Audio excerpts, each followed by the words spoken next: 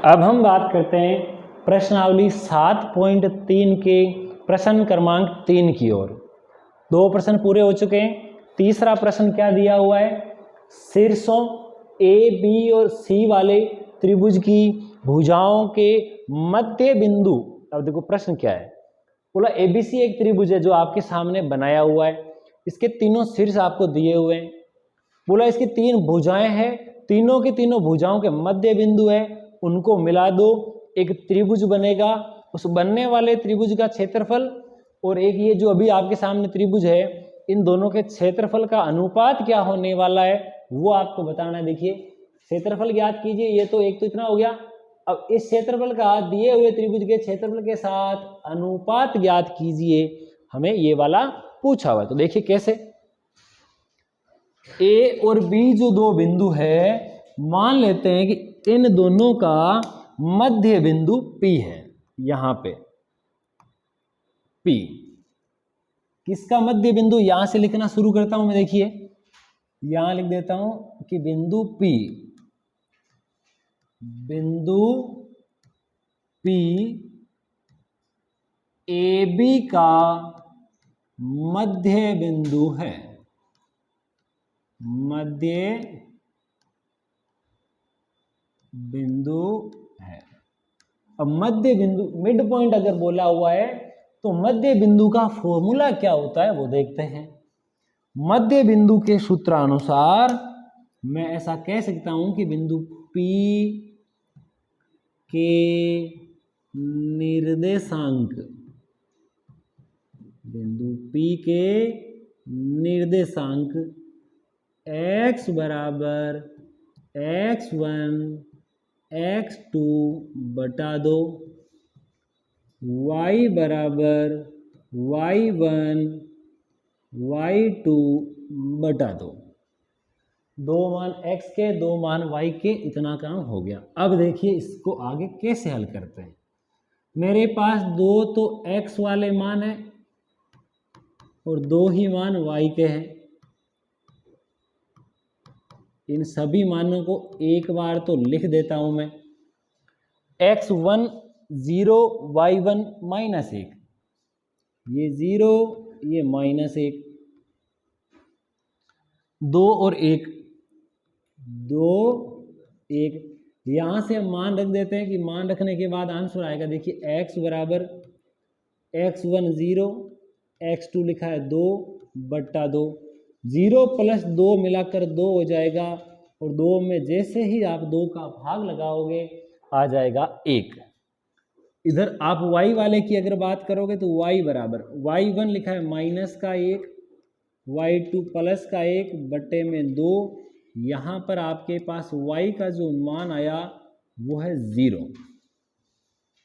यहां आपने point P के लिए निर्देशांक ज्ञात कर लिए। P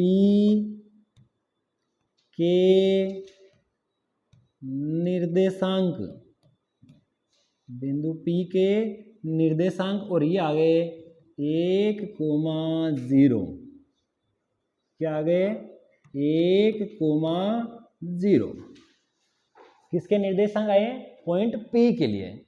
सेम इसी प्रकार से मैं ऐसा कह सकता हूं कि ये B और C जो है इसका भी एक कोई मध्य बिंदु है, उसको मान लेता हूं Q। P वाले कोऑर्डिनेट क्या आए थे 1,0। अब Q के लिए हम कह देते हैं कि बिंदु Q जो है ये लाइन सेगमेंट BC का मिड पॉइंट है, मध्य बिंदु है। अगर Q BC का मध्य बिंदु है तो Q के निर्देशांक देखिए, किसके निर्देशांक है Q के। अब Q के जो निर्देशांक हम ज्ञात करेंगे तो उसके लिए Q के निर्देशांक, Q के निर्देशांक x बराबर, वापस लिखेंगे x1 plus x2, x1 x2 बटा 2, प्रत्येक बार आपको फॉर्मूला लिखना है, चाहे प्रश्न में कितनी ही बार काम में क्यों ना आए। ऐसा नहीं कि एक बार लिख दिया, हर बार लिखना है। अब यहाँ पर हमारे पास देखिए x1 का मान कितना है और y1 का कितना है। इसको मान लेता हूँ x1 y1, अगला हो जाएगा x2 और y2, कितना कितना 0 और 3, 0 और 3। तो यहाँ से x बराबर x1 प्लस x2 बटा 2, यहाँ से भी 2 प्लस 0 2 बटा 2, यानी x का मान तो फिर से यहाँ पर भी एक आया था, इसमें भी x यानी भुज का मान तो एक ही आया। अब देखते हैं y के लिए, y बराबर y1 प्लस y2 बटा 2, 3 प्लस 1 4 हो गया और 4 बटे 2 का मतलब है 2। x का मान 1 आया, y का मान 2 आ गया। तो अब मैं कह सकता हूं q के कोऑर्डिनेट यानी निर्देशांक, जो q है उसके कोऑर्डिनेट क्या है वो देखते हैं। ये आया 1,2।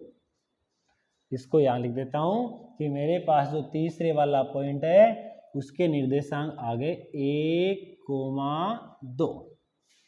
ठीक है। अब एक चीज और बची हुई है, कौन सी? मेरे पास ए सी जो है इसका भी एक कोई ना कोई मध्य बिंदु है, इसको मान लेता हूं आर। किसका मध्य बिंदु है? बिंदु आर ए सी का मध्य बिंदु है। आर जो है AC का क्या है? मध्य बिंदु है।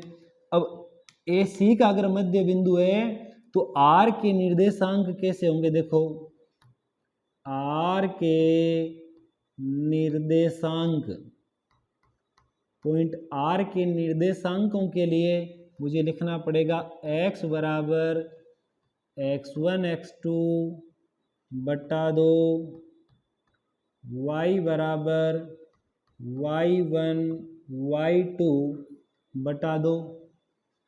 अब वहाँ लिखते हैं कौन कौन से, देखिए x1 x2 y1 y2। x1 देखो a और c की बात हो रही है तो किसी को भी 1 1 मान लो, किसी को 1 2 2, 0 और -1, 0 -1, 0 और 3, 0 और 3, सभी मान हमने लिख दिए। तो यहाँ से x बराबर x1 यानी 0, x2 भी 0 बट्टे में 2, यानी कि आपके पास x का मान आ गया 0। y का क्या आएगा देख लेते हैं, -1 प्लस 3 बटा 2, +2 बटा 2 यानी 1।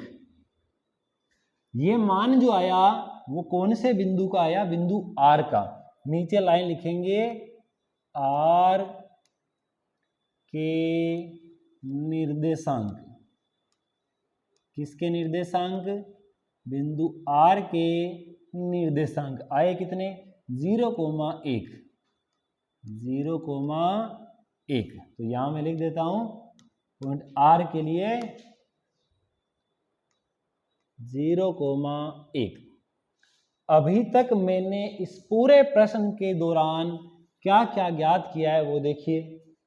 एक हमारे पास त्रिभुज है, त्रिभुज का नाम है ABC। इसकी तीनों भुजाओं के मध्य बिंदु मैंने निकाल लिए, पॉइंट P Q R इनको नाम क्रमशः दिया हुआ है। अब दो चीजें और ज्ञात करनी है, कौन कौन सी?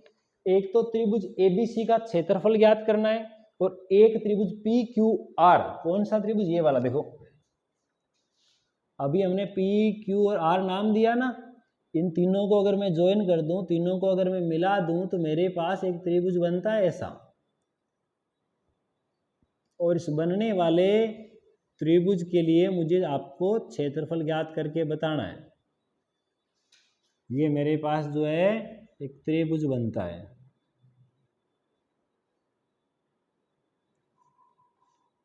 इस त्रिभुज के तीनों शीर्ष आपके पास आ चुके हैं। पी क्यू और आर के फॉर्मेट में, ये रहा ए पी क्यू आर।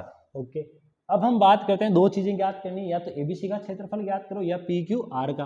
पहले कोई सा भी ज्ञात कर लो, कोई नहीं फर्क पड़ता। मैं लिख देता हूं त्रिभुज पी क्यू आर का क्षेत्रफल। पहले तो हम क्षेत्रफल का पूरा फॉर्मूला लिखेंगे। होता क्या है, 1/2 x1 y2 y3 x2 y3 y1 x3 y1 y2, ये होता है त्रिभुज के क्षेत्रफल का फॉर्मूला। इसमें सारे मान कौन कौन से हैं वो भी देख लेते हैं, x1 और y1। p वाले को लिख देता हूं x1 y1। q जो है उसको कह देता हूं x2 और y2 1,2। x3 y3 r को कह देता हूं 0 और 1।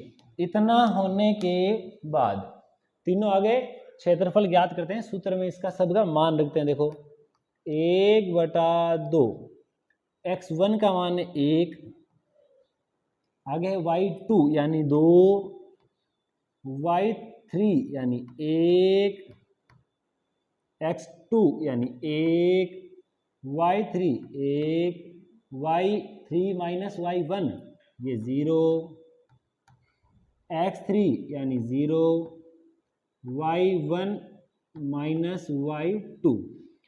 अब यहां देखिए क्या करना है आपको, 2 माइनस 1 बचेगा 1, और यहां बचा 1 गुणा 1, 1 माइनस 0 बचा 1, और यहां आपको लिखना 1 गुणा 1। 0 को आप चाहे किसी भी नंबर से मल्टीप्लाई करो, किसी भी नंबर से गुणा करो, आएगा आपके पास 0। आगे 1/2, 1 गुणा 1 आया आपके पास 1, 1 गुणा 1 आया 1, और आगे 0 लिखने का कोई जरूरी नहीं है। 1 और 1 हो गया 2, 2/2 आया 1 वर्ग इकाई, 1 वर्ग इकाई। यहां तक हमारे पास मान आ चुका है। अब हम बात करेंगे कि मेरे पास में एक त्रिभुज है। कौन सा त्रिभुज? त्रिभुज ए बी सी, उसका क्षेत्रफल ज्ञात करते हैं। फिर क्या करना है, एबीसी और ये जो पी क्यू आर है, इन दोनों के क्षेत्रफल का अनुपात ज्ञात करेंगे। अब बात करते हैं कि त्रिभुज एबीसी का क्षेत्रफल कैसे निकल के आता है, इससे आगे चलते हैं। ये मेरे पास एक त्रिभुज है ए बी सी, जैसा अभी हमारे पास बना हुआ था। इस त्रिभुज का क्षेत्रफल ज्ञात करते हैं। तो यहां मैं लिख देता हूं कि त्रिभुज का क्षेत्रफल होगा क्या, देखिए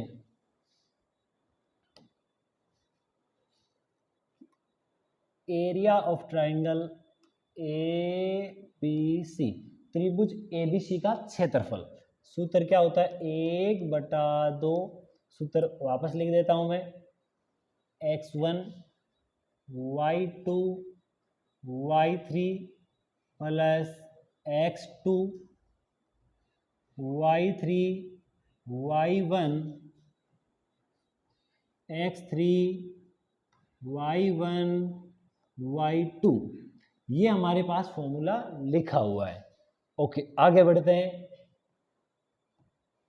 x1 y1 दो मान ये वाले, उसके आगे x2 y2 दो मान ये वाले, x3 और y3 दो मान ये। सभी मान जो है हम लिख देते हैं, कौन सा क्या मान निकल के आने वाला है बात करते हैं। x1 इसी को मान लेता हूं, जैसे 0 और -1 को, ये आ गया 2 1 0 3। सभी मानों को फॉर्मूले में लिख देते हैं। ये आ जाएगा area of triangle A B C बराबर 1/2। x1 जो है उसका मान आपको दिया हुआ है 0। आगे है y2 माइनस y3, ये रहा y3, x2 के आगे y3 माइनस y1, ये माइनस y1, आगे x3, ये y1 y2, आगे बढ़ जाते हैं 1/2। जीरो को चाहे आप किसी भी वैल्यू से मल्टीप्लाई करो, किसी भी वैल्यू से गुणा करो, आएगा 0, यानी लिख देता हूं 0। 2 का 2, 3 का 3, 1 और माइनस माइनस हो गया प्लस, आगे 0 को चाहे किसी से भी गुणा करो, आएगा 0। ये दोनों तो 0 हो गए, बीच में जो भी नंबर बचा हुआ है उसको लिख लेते हैं 1/2। 3 + 1 4, 4 × 2 हो गया 8, 8 में 2 का भाग जाएगा 4 वर्ग इकाई। ये आ गया 4 वर्ग इकाई। आपको क्या पूछा गया था उस बात पे फोकस करिए। हमें पूछा गया था कि जो त्रिभुज बनता है एक ABC तथा दूसरे वाला जो त्रिभुज अभी हमने बनाया था PQR, दोनों के क्षेत्रफल का अनुपात बताना है। एक तो ABC का क्षेत्रफल अभी हमने आगे ज्ञात किया था नेक्स्ट पेज पे, उसका आया 4 वर्ग इकाई। यह है आपके पास, और इसका क्षेत्रफल आया हुआ है आपके पास केवल 1 वर्ग इकाई। ये किसका है? PQR का 1, ABC का 4। तो हम इसको क्या लिख सकते हैं? देखिए, ABC का क्षेत्रफल आया मेरे पास 4, PQR का आया 1, तो इसलिए अनुपात हो गया 4:1, और यही हमें प्रश्न में फाइनल आंसर पूछा गया था। अगर इसी प्रश्न में आप जो है PQR को ऊपर और ABC को नीचे लिखते हैं तो ये अनुपात 1:4 हो जाएगा। जैसा आपको सही सूटेबल लगे वैसे आप लिख सकते हैं। इसी के साथ ये हमारा जो प्रश्न संख्या 3 जो है वो कंप्लीट होता है।